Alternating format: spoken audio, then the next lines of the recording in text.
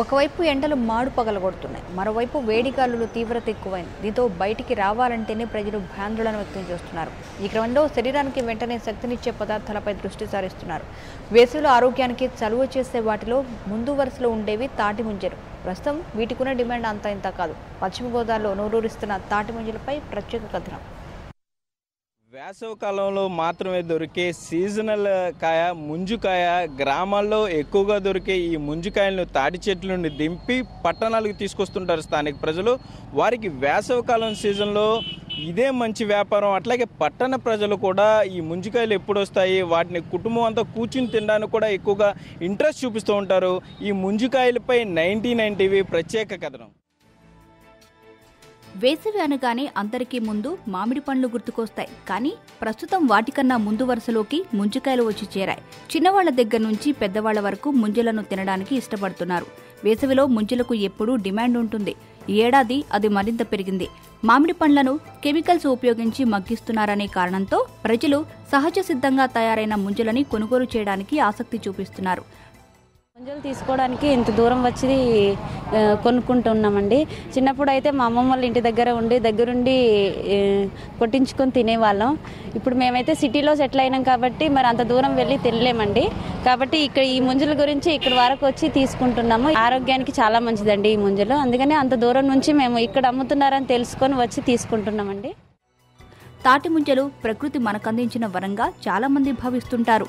వేసవి కాలంలో అందరికీ అందుబాటులో ఉంటూ అటు ఆరోగ్యంతో పాటు చల్లదనాన్ని అందించడంలో తాటి ముంజలు ముందు వరుసలో ఉంటాయి.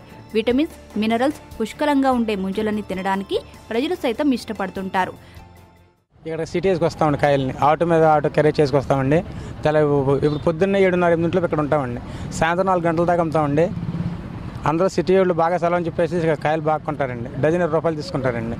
వీటి వల్ల ఉపయోగం ఏంటంటే చంటి పిల్లలకి వీటి ముంజులు వాటర్ రాస్తే ఒళ్ళు పేలదండి. గర్భిణీ స్త్రీలకు కూడా ఒంటికి రాసుకుంటే సెలవండి, వడదెబ్బ ఉండదండి. ఇక్కడ ఏమనమాట వ్యాపారం కూడా జనం అందరూ ఇక్కడికే వస్తారండి. ఇది ఒక సెంటర్ అండి ముంజులకి. ఇప్పుడు ఇక సీజన్ కరెక్ట్గా 2 నెలలు అండి. ఫస్ట్ నుంచి ఆల్రెడీ నెల అయిపోయిందండి. నెల 10 రోజులు అయిపోయిందండి. ఇంకొక 15 రోజులు 20 రోజులు ఉంటాయండి. వేసవి కాలంలో ముంజల్ని తినడం వల్ల శరీరానికి చాలా మంచిదని వైద్యులు చెప్తున్నారు. వేసవిలో ఏ పని చేసినా వెంటనే అలసిపోవడంతో పాటు చెమట రూపంలో శరీరంలో నీటి శాతం తగ్గిపోతుంది. తాటి ముంజలు తినడం వలన అలసట తగ్గడమే కాకుండా శరీరానికి త్వరగా నీరు అందుతుందని నిపుణులు సూచిస్తున్నారు. అంతేకాకుండా తాటి ముంజల వల్ల వేసవిలో బాధించే వేడి కురుపులు, పొక్కులు, మొటిమల నుంచి ఉపశమనం పొందవచ్చు. పశ్చిమ గోదావరి జిల్లాలో గ్రామీణ ప్రాంతాల్లో ఎక్కువగా దొరికే ఈ తాటి ముంజలను గీత కార్మికులు, రైతులు భీమవరం, తాడేపల్లిగూడెం, తణుకు, ఏలూరు వంటి పట్టణాలకు తీసుకొచ్చి అమ్ముతూ ఈ వేసవిలో జీవనోపాధి పొందుతున్నారు.